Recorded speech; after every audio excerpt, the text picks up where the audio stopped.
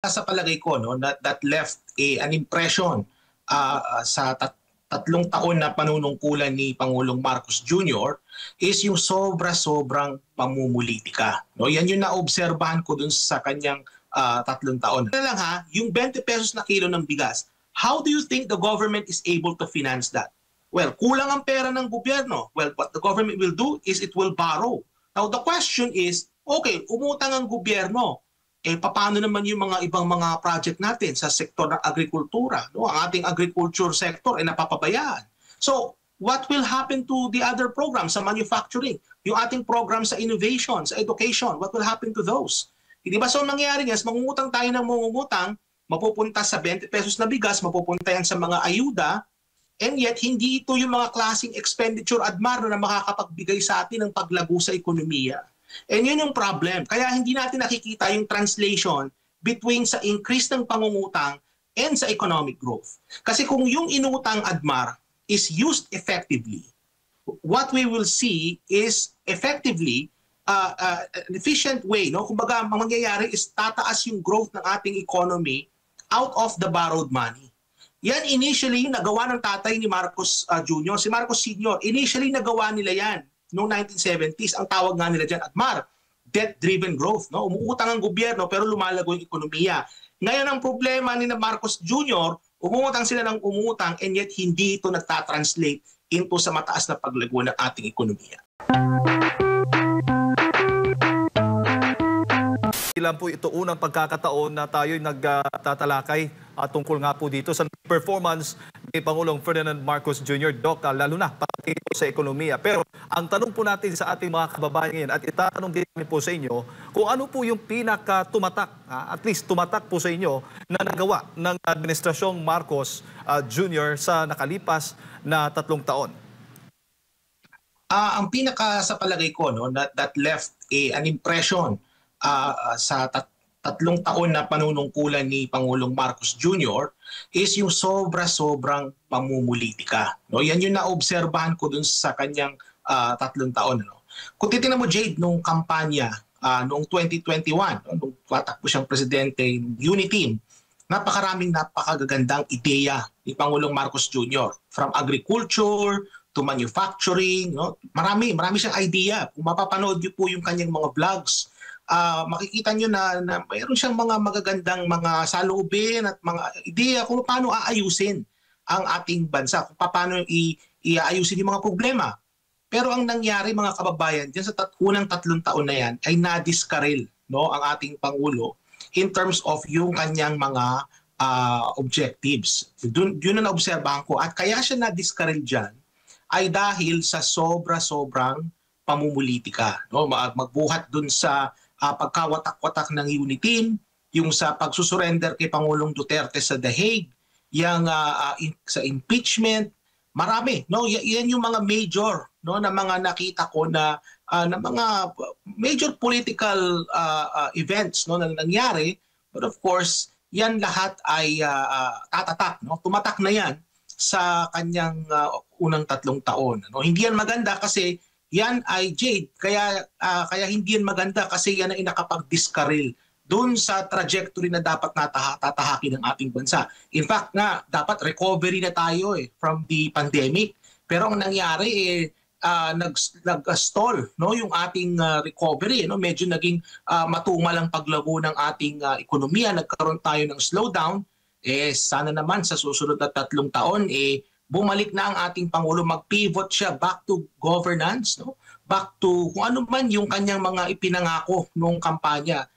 Meron pang 3 taong nalalabi na pwede siyang mag-pivot back, no, dun sa kanyang mga ipinangako kesa naman itong sobra-sobrang pamumulitika, Jay. Opo, at unahin natin yung usapin po ng ekonomiya. Tulad ng nabanggit po ninyo, medyo para sa inyo, negatibo po ang naging performance ng Pangulong Bongbong Marcos Jr. Pero pwede ho ba ninyong mahimay-himay, Doc, yung naging performance ng Pangulong Ferdinand Marcos Jr. sa unang 3 taon ng kanyang termino pagdating po dito sa usapin ng ekonomiya ng ating bansa?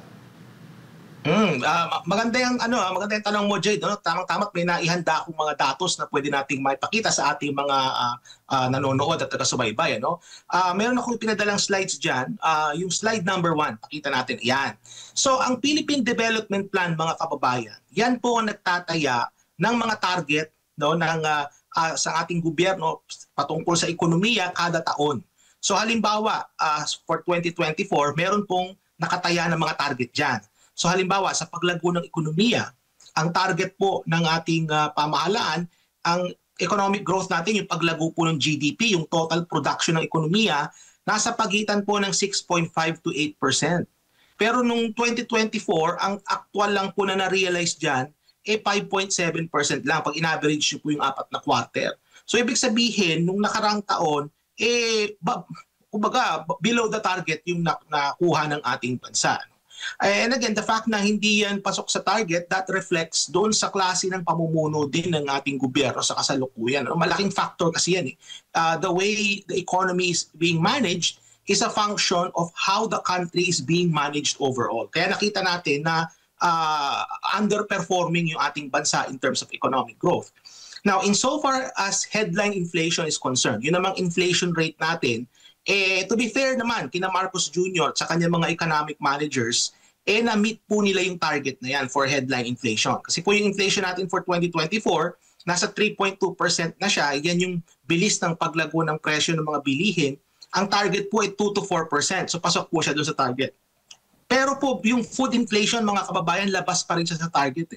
So ibig sabihin, mahal pa rin ang presyo ng pagkain. Bagamat yung pangkalahatang inflation bumababa na, pero yung sa presyo ng pagkain medyo mabagal yung pagbaba, no, ng pagtaas ng presyo. Kumbaga, yung rate of inflation sa food mabagal, no, bumabagal yung pagbaba. Yun naman pong GNI per capita, yan yung po yung gross national income ng ating bansa per capita or per person. Ang target po nila dyan ng NEDA is nasa pagitan ng 4,454 to 4,592 US dollars. Na-meet po natin yung target, no? Nasa pasok po tayo at 4,470. Nasa lower end po tayo nung target na yan. Ano?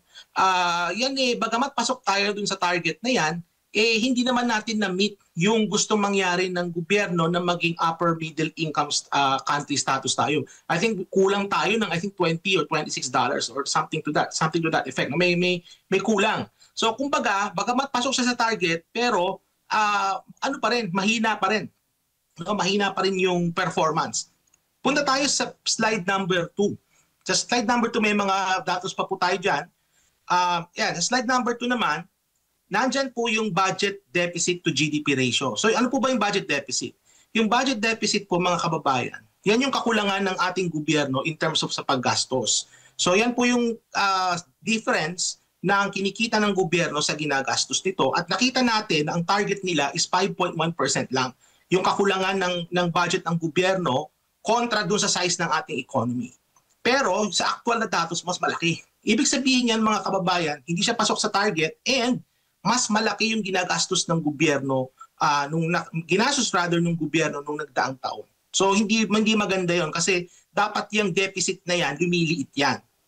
In terms of unemployment rate, pasok po sa target. And to be fair sa ating gobyerno, na-meet naman po nila yung target in terms of unemployment rate. In fact, ang target nila was 4.4% to 4.7%. Yung actual po for 2024 is 4.4%. Ito po, yung debt to GDP ratio. Yung debt to GDP ratio, yan yung laki ng ating utang kontra sa size ng ating ekonomiya. Ang target po ng Philippine Development Plan is somewhere between 57 to 60%. Ang actual po mas mahigit doon. Nasa 60.7%. In fact, ngayon po for 2025, nasa mahigit 61 na yan. So out of the 7 major indicators, 3 lang doon ang pasok doon sa target. Yung 4 ay hindi. So yung overall rating natin dyan is 3 out of 7. Okay, punta tayo sa slide number 3. Sa slide number 3, nandiyan naman po yung mga foreign direct investment. Makikita natin na noong 2021, ang Pangulo po niyan, si dating Pangulong Duterte, nasa $11.9 billion po ang pumasok na FDI. Nung pumasok na po si Marcos Jr., bumaba po yan ng 9.5. Noong 2023, naging $8.9 billion. At itong 2024 ay halos pareho lang. So hindi nadagdagan, no? Maliit pa nga yung binawas niya. Kumbaga parang halos pareho lang, no? Hindi lumago yung ating foreign direct investment. At for January to April this year, nasa 2.4 billion dollars, no? So ang projection ko nga diyan baka mas mababa pa sa 8.9 billion yung magiging FDI natin for 2025. So clearly, based on the previous data, makita natin mga kababayan na merong trend pababa, no, yung foreign direct investment. Nakababahala po yan. Punta tayo sa page 4, slide number 4. Sa slide number 4, ito naman po yung pledges versus yung actual na realized investment.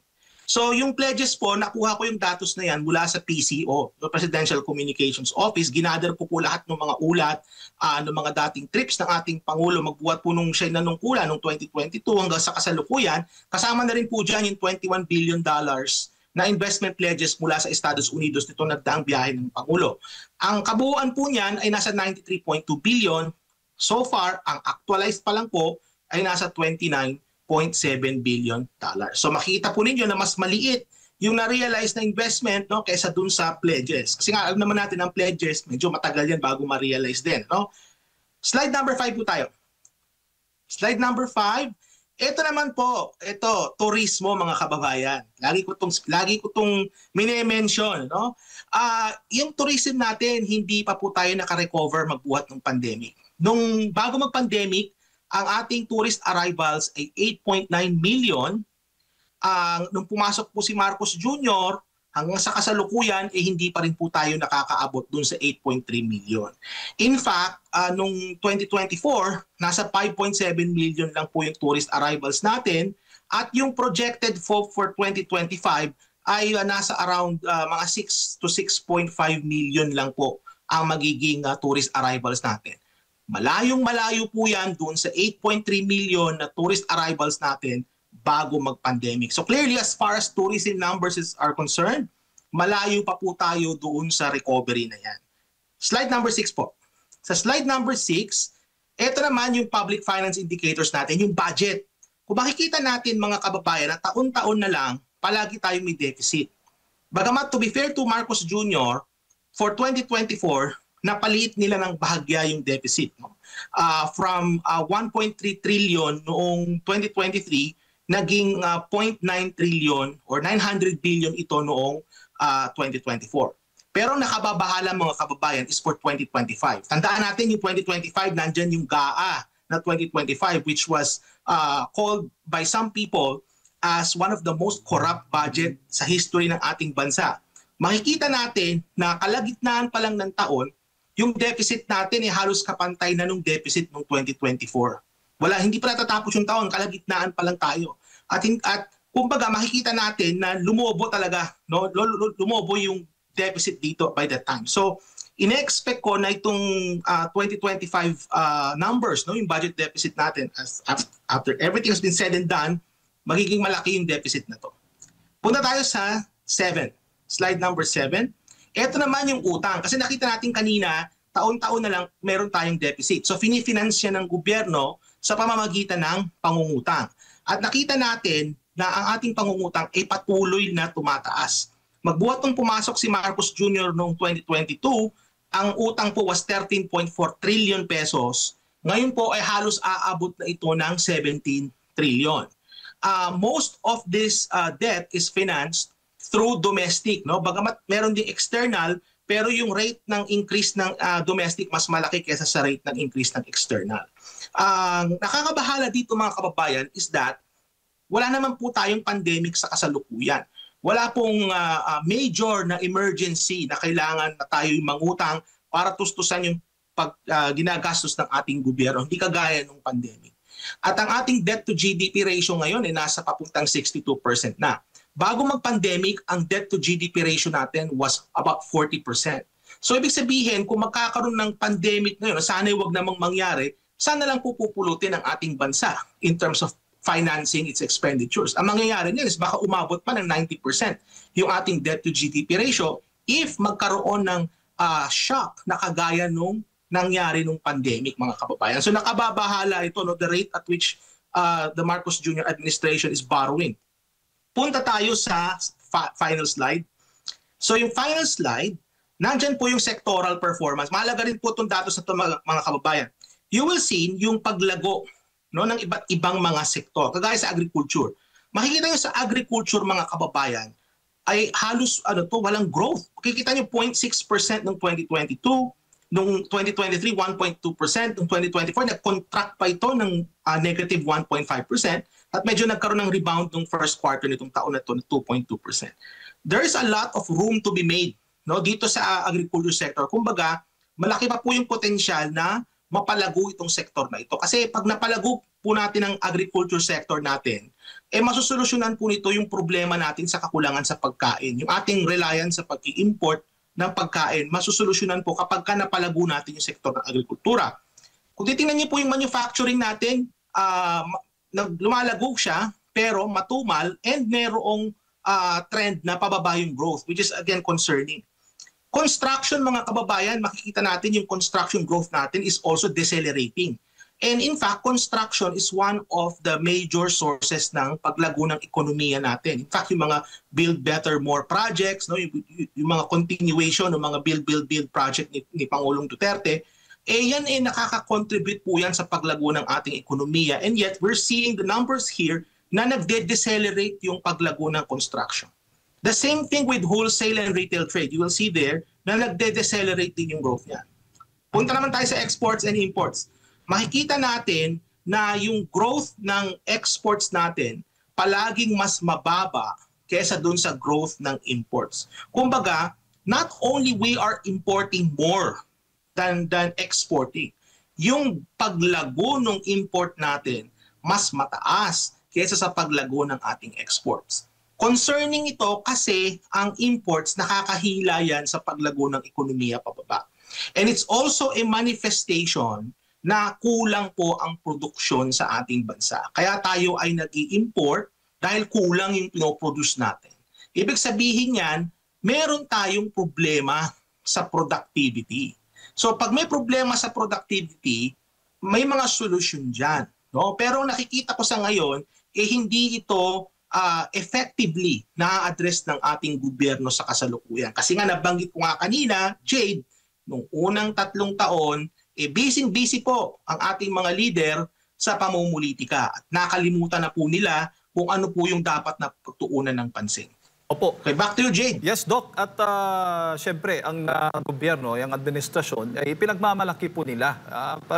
Patuloy pa rin pinagmamalaki po ng administrasyon yung trillion-trilliong investment na nakukuha nila na nagpapatunay na maganda yung resulta ng economic strategy po ng administrasyon. Ano ho bang masasabi po niyo doon? Well, kung maganda ang naging strategy nila, dapat yung growth natin hindi lang within target. Ang growth natin dapat it exceeded the target. And yet nakita natin yung growth ng ating economy for the last year mas mababa doon sa target. So ibig sabihin hindi naging epektibo yung kanilang mga approach, no, in terms of trying to increase or to enhance yung economic growth sa pamamagitan ng mga foreign direct investments. Nakita nga rin natin kanina, Jade, na yung trend ng FDI has been declining, no? And that is a problem. Dapat ang FDI is increasing, kagaya halimbawa sa kaso ng Vietnam. What we saw with Vietnam is that their FDIs have been increasing and yet sa atin bumababa.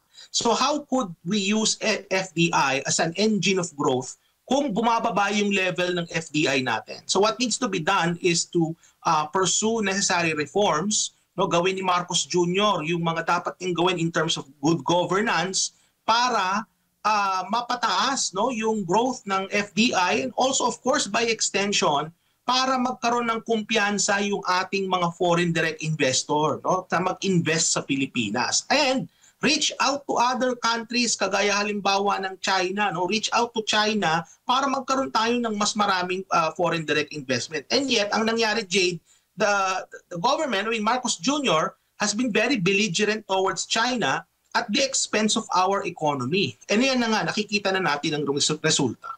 Opo. At isa din po sa mga most recent na achievement o nagawa o inatupag o mahakbang ng gobyerno ng Administrasyong Marcos. So yun ngang 19% US tariff, Doc, na nadidiscuss na natin.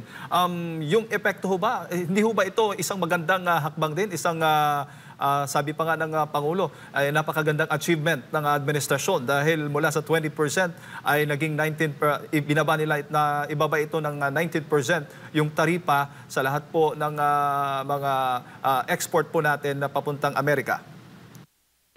Alam mo, Jade, tama rin naman sila doon sa sinabi nila na ang magbabayad ng taripa na yan are the American consumers. So when American consumers will purchase imported products coming from the Philippines, the American consumer will pay the 19% tariffs. Pinapasa kasi yan sa consumer. But what we are forgetting here is that kapag tumaas ang presyo ng isang produkto, bumababa ang demand nito. Ano na yan kumbaga, Jade, that is law of demand na yan. So when price goes up, bumababa yung quantity demanded. And that's what we will see kapag nagkaroon ng taripa. Magkakaroon ng decline sa foreign import demand. Yung import demand ng Estados Unidos, bababa yan. Now, the question becomes, sino ngayon ang magbe-bear ng epekto niyan? Sino ang magbabayad niyan? Bagamat alam naman natin na yung taripa ay papasain sa American consumer, yung mga Pilipino, pagbabayaran din nila yan in terms of the following, in terms of lost jobs, sa mga sektor na tatamaan, in terms of lost opportunities, lost profits doon sa mga negosyante. Marami dyan, maliliit na negosyante na nag-e-export ng mga produkto papuntang Estados Unidos. Sila ang magbabayad yan on our part. So, hindi kumpleto yung sinabi nila na Amerikano lang naman pala magbabayad yan. Well, no. Pilipino rin po ang magbabayad yan dun sa mga nawalang oportunidad, dun sa mga mawawalan ng trabaho, at yung mawawalang kita dun sa mga businesses na nag-i-export ng produkto, Jade. So bagamat naibaba from 20 naging 19, 1% yung ibinaba, pero substantial pa rin yung amount na taripa na yan. In fact, yung ng Japan, they were able to negotiate up to 15%. So naibaba nila. Bakit tayo? We are a treaty ally. We have the Mutual Defense Treaty. We have critical minerals that the Americans want for their electric vehicle industry. Meron tayo niya. We have nickel, cobalt, and many other minerals. We have a large and growing market for American products. Of course, nabanggit natin doon sa Mutual Defense Treaty, we are in a very strategic location. Ang dami nating pwedeng gawing leverage, mga kababayan. And yet, what we saw was only a decline in the tariff rate by 1%. Nagbumaba lang siya ng 1%. And hindi lang yung Jade. Yung mga ibang bansa nga, they did not even go to the United States in person. They only made a phone call doon sa presidente ng Estados Unidos na si Donald Trump. We've seen this sa kaso ni Prabowo Subianto ng Indonesia. He called the president over the phone and things went well for them. They were able to negotiate a very large reduction in tariffs without the photo ops of actually going to the White House. Kumbaga, the Indonesians are very smart in terms of their negotiation. They know what they're doing. And yung nakita natin sa kaso ni Marcos Jr., Jade, it reflects doon sa kalidad ng mga negotiators na meron tayo. Kitang-kita natin na may kumbaga mas may ibubuga pa sa dapat itong ating mga negotiator, pero hindi natin nakita yan during sa negotiation na yan, Jim. Opo, bago ko lang ipasok kay Partner Admar, Doc, bukod nga doon sa naibaba mula sa 20% to 19% yung US tariff, ay nagdala pa o naibaon pa ng Pangulong Bongbong Marcos kasunod nga ng pagbisita niya sa Amerika, bilyon-bilyong investment pledges, mga nasa $2 billion na investment pledges daw mula sa mga malalaking business leaders sa Amerika na may potensyal na magbigay po ng libu-libong hanap buhay sa mga Pilipino. Again, ang keyword dyan, Jade, is potential. Just in any pledge, walang assurance na yan po ay mag-translate into realized investments. We know that these investment pledges may or may not happen. And if kung mangyari man yan, it will take time bago ito maging actual na investment. So for the meantime, it's all talk. and promises. Nakita natin yan sa datos. Yung investment pledges ni Pangulong Marcos was upwards of 91 93, 93.2. 93.2. Yung datos kanina, pinakita natin. And then yung na-realize niya, mababa lang. So kumbaga, 29.7. yes. So kumbaga, makikita natin na mas mababa talaga yung actual investment and it will take time for it to prosper. No? So hanggang ngayon, hindi pa natin alam. Baka abola lang yan. No? So it remains to be seen kung talagang yan magpo-prosper. Doc, magandang umaga. Nabanggit natin yung napag-uusapan yung mga pledges po natin. Usually po ba, kailan po ba mararamdaman sa isang bansa pag nag-ikot ang isang presidente sa ibang bansa at naiuulat niya na meron siyang mga pledges? Meron po bang standard yan or parang average na ilang buwan, taon, o dekada ba kaya na ma-put into realization ang mga pledges na sinasabing kanyang nakuha mula sa kanyang mga foreign trip ng isang presidente po, Doc? Alam mo, Admar, yung dekada, napakatagal naman masyado nun. No? Ang sa palagay ko dyan, it depends on the nature of the investment that's being looked upon. Kasi halimbawa, kung yung mga investment na yan, magpapatayo ng pabrika, medyo matagal yan. No? Kasi may mga approvals pang mangyayari. So, matagal yan pag mga factories.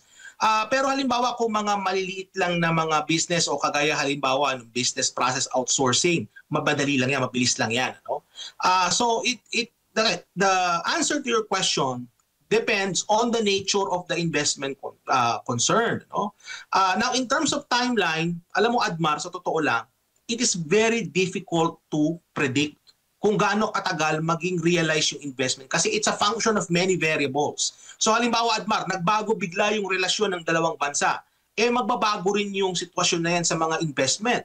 Kung hindi maganda yung sitwasyon, posible yung mga investment na yan hindi na magtuloy. Kagaya halimbawa, Admar, sa kaso sa China at ng Pilipinas, bago umalis si dating Pangulong Duterte, may mga pledges pa rin doon nung time ni FPRRD from China. Pero nung si Marcos Jr. nang naging presidente at naging belligerent na tayo towards China, hindi na natuloy yung mga investment na yon. So, kumbaga, it's a function of the political situation. It's also a function of how it is in terms of the global economy. Kasi kung nagiging medyo mahirap ang global economy, kumbaga nagiging matungal ang growth, maraming geopolitical tensions, that also affects yung realization ng investment. So, to answer your question briefly, Admar, it's really difficult to determine yung exact timeline ng mga investment na yan. Kasi yung realization ng mga pledges simply because ang dami kasing factors na dapat nating tingnan. Opo, at ano po ang role? May ahensya po ba ng gobyerno na dapat mag-follow up, follow through ukol dito? At naging lang sila parang transparent lang pag i-report nila na may ganitong pledges. Pero along the way, di na natin alam, kasi maganda pakinggan siya, may pledges, merong ganito, bilyong dolyar o di kaya bilyong piso na halaga ng pledges. Pero along the way, hindi natin alam kung ito ba'y na-materialize or hanggang PR lang ito. Meron po bang mekanismo po yan na talagang obligado ang isang ahensya ng gobyerno like DTI or kung ano mga ahensya po, Doc?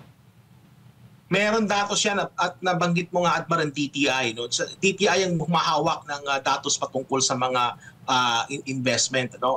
Meron tayong, I think it's called parang Bureau of Investments or something like Investment Promotion Board. Meron tayong ahensya niyan that is specific on attracting investments. Alam mo, Admar, maganda kung maging guest sana ninyo yung namumuno dyan para makuha ninyo yung impormasyon patungkol dyan. Ano? Kasi so far, hindi natin alam kung ano yung status ng mga pledges magbuhat nung naupo si Pangulong Marcos Jr. Even before, no, even pa nung panahon ni FPRRD kasi nabanggit mo kanina, baka nga dekada bago ma-realize yung investments. But the thing is, there should be a government agency that keeps track of these pledges. Ano? In fact, dapat nga, Admar, tama ka merong nagfa-follow up niyan na ahensya ng gobyerno para itong mga investment na ito ay magbunga. No? Kailangan may follow-up kasi hindi naman sufisyente na pumunta lang yung Pangulo halimbawa sa Estados Unidos, nakakausap niyo yung mga business leader, no? Nagkaroon ng pirmahan ng mga parang memorandum of understanding na mag-i-invest sila sa ating bansa. Hindi nagtatapos yun doon. Kinakailangan magkaroon po ng pagpa-follow up, kinakailangan magkakaroon ng engagement, ano? Hindi dapat maputol yung engagement ng ating gobyerno dun sa mga business leaders sa ibang bansa. Kasi at the end of the day, kinakailangan natin ng foreign direct investment para lumago ang ating ekonomiya. So kailangan talaga, yan ay dapat ibayuhin at kumbaga i-improve ng ating gobyerno yung kanilang pag-i-engage dito sa mga foreign investors, Admar. Opo, and pagdating po dito sa lagay ng ating ekonomiya, meron naman pong mga external factors na tinatawag. Marami tayong mga gulo na namomonitor dyan sa Russia, Ukraine, dyan sa gitnang silangan, masyadong dependent ang Pilipinas. Kaya siguro, ganyan po yung resulta ng ating ekonomiya, takbo ng ating ekonomiya, Doc. Rason po ba yan? Yes, kasi yung mga ganyang gulo, it affects, for example, directly yung presyo ng produktong petrolyo. At kapag tumaas ang presyo ng produktong petrolyo, magkakaroon ito ng epekto sa cost of production sa ating bansa. At pag nagkaroon ng increasing cost of production, magmamahal, no? Yung mga bilihin, lalong-lalo na yung mga ini-import din natin. So lahat magmamahal. At kapag tumataas ang presyo ng bilihin, ang nangyayari is nagkakaroon yan ng epekto sa paglago ng ating ekonomiya kasi bumababa ang paggastos ng tao. At pag bumababa ang paggastos, bumababa ang saving, ang nangyayari niyan is nagkakaroon ng pagtumal ng consumption. Ang consumption, mga kababayan, mga 70% yan ng ating gross domestic product. So pagka nagkaroon ng paghina ng consumption, ang mangyayari niyan is baba talaga ang paglago ng ating ekonomiya. Dagdag ko rin, Admar, no? Doon sa mga nabanggit mong lugar, nagkakagulo ngayon diba sa Thailand at sa Cambodia. Alam naman natin na ang Thailand ay isa sa mga pinagkukuhaan natin ng bigas. At kapag nagkaroon ng gulo dyan sa Cambodia at sa Thailand, hindi natin masabi kung anong mangyayari dyan, magkakaroon to malamang sa malamang ng epekto sa presyo ng bigas na inaangkat natin. So, isa yan sa mga dapat na tinitingnan din natin, yung sitwasyon dyan sa ating kapitbahay na Thailand at Cambodia. Sana hindi naman magtuloy-tuloy at lumala yung sitwasyon dyan. Opo, dito naman po sa mga panibago na introduce na mga tax o buwis, tapos dinagdagan pa dito sa tumataas na utang, ano po ang maaring epekto? Tapos meron pa tayong maririnig na, maganda ang grado ng Pilipinas pagdating sa pwedeng yung credit rating natin. Ano po ba yung kaugnayan nito sa ating ekonomiya din, Doc? Kasi halimbawa, kapag tayo ay nakakabayad ng utang, it reflects na the government is able to raise funds to pay the debt, no? Yan yung tinatawag nating debt burden. Pero may problema din diyan, Admar, kasi kapag mataas ang iyong debt burden, bagamat nakakabayad ka nga ng utang, ang problema is yung mga ibang mga dapat pagkakastusan ng gobyerno nakukompromiso. Or ang nangyayari is kapag gumaganda yung credit rating, nagkakaroon ng temptation yung ating mga policymakers na mangutang ng mangutang. At yun yung nakikita ko sa ngayon. Kasi gumaganda yung ating rating, ibig sabihin nakakabayad tayo ng interest. Nababayaran din bahagya yung principal. At tumataas yung credit rating. Kapag tumataas yung credit rating, mas lalong lumalaki yung pwedeng utangin. At nagiging mas maluwag yung mga nagpapautang kasi nga nakakabayad tayo. That is a problem kasi nate-tempt yung ating mga economic managers na mangutang ng mangutang. Kaya yung nakikita natin ngayon, nag-increase ang ating utang and at the same time, tumataas yung ating credit rating. So magkakonekta yung dalawang yan. At ang epekto niyan sa ating ekonomiya is that an increase in the debt burden. Nakita natin yung ating debt to GDP ratio, tumataas ng tumataas. Ngayong taong to, pakapapalo na ito ng 62 to 63%. Ang mangyayari niyan is, as I've said, mako-compromise yung mga ibang programa ng ating gobyerno. Tingnan na lang yung 20 pesos na kilo ng bigas, how do you think the government is able to finance that? Well, kulang ang pera ng gobyerno. Well, what the government will do is it will borrow. Now, the question is, okay, umutang ang gobyerno. Paano naman yung mga ibang mga project natin sa sektor ng agrikultura? Ang ating agriculture sector ay napapabayaan. So, what will happen to the other programs sa manufacturing? Yung ating program sa innovation, sa education, what will happen to those? Hindi ba? So mangyayari yan, mangungutang tayo ng mangungutang, mapupunta sa 20 pesos na bigas, mapupunta yan sa mga ayuda, and yet hindi ito yung mga klaseng expenditure, Admar, na makakapagbigay sa atin ng paglago sa ekonomiya.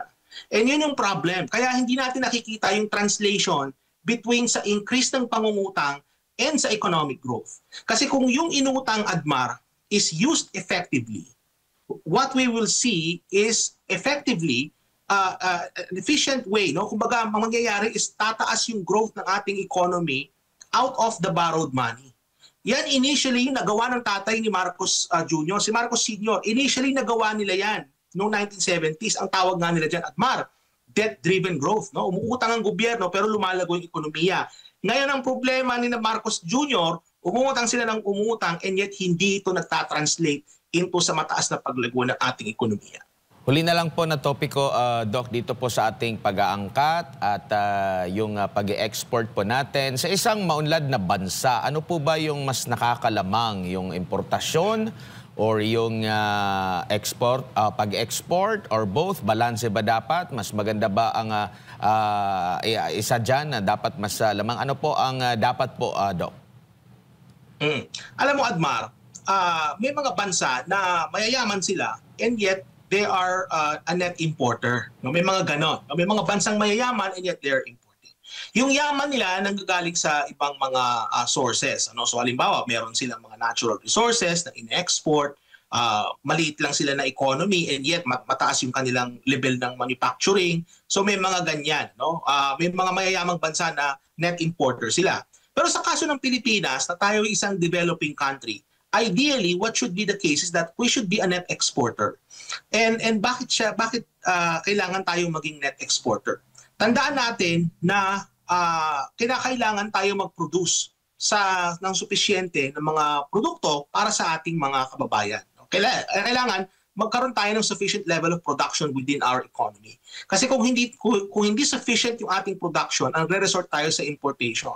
And that is what we are seeing right now. We are actually importing more than what we are exporting. Also, sa isang developing country na kagaya ng Pilipinas, mahalaga na secure tayo in terms of dun sa mga produkto. Halimbawa sa kaso ng pagkain, Admar. In fact, yung ating imports, marami dyan is driven ng pagkain. Yung isa sa mga malaking component ng ini-import natin is food. Problema yan kasi nga kung tatanungin mo yung mga eksperto sa national security, food security is also part of national security. Kailangan mapakain mo yung mga tao. Ibig sabihin kasi pag gutom, Admar, ang tao, magagalit yan, aalma yan eh. So kailangan mapakain mo yan. Kailangan we have sufficient production ng pagkain sa loob ng Pilipinas. And yet hindi yan yung nakikita natin. So kumbaga, sa kaso ng Pilipinas, ideally dapat talaga tayo yung nag-e-export. In addition, pag tayo yung nag-export, kasi nga may surplus tayo, ibig sabihin niya maraming kita yung ating mga maliliit na negosyo at yung ating mga tao ay may hanap buhay, may trabaho. So kumbaga, mas marami at mas malaki ang balik sa ating ekonomiya kapag tayo ay naging isang net exporter. Kaya ito dapat ang isa sa mga goal ng kahit na anumang gobyerno sa ating bansa o sa mga darating na mga administrasyon. Ito yung goal na kailangan nilang i-pursue, na tayo ay maging net exporter. Kasi pag tayo ay net exporter, magiging mas secure yung ating economy. Less reliant tayo sa external forces at mas malaki yung balik sa ating ekonomiya in terms of jobs and in terms of economic growth kung tayo po ay isang net exporter. Ayan. Doc, siguro huli na lang. Final score Yes. po ninyo sa unang tatlong taon ni Pangulong Bongbong Marcos mula 1, ang pinakamababang grado, hanggang 10 na pinakamataas. Oo.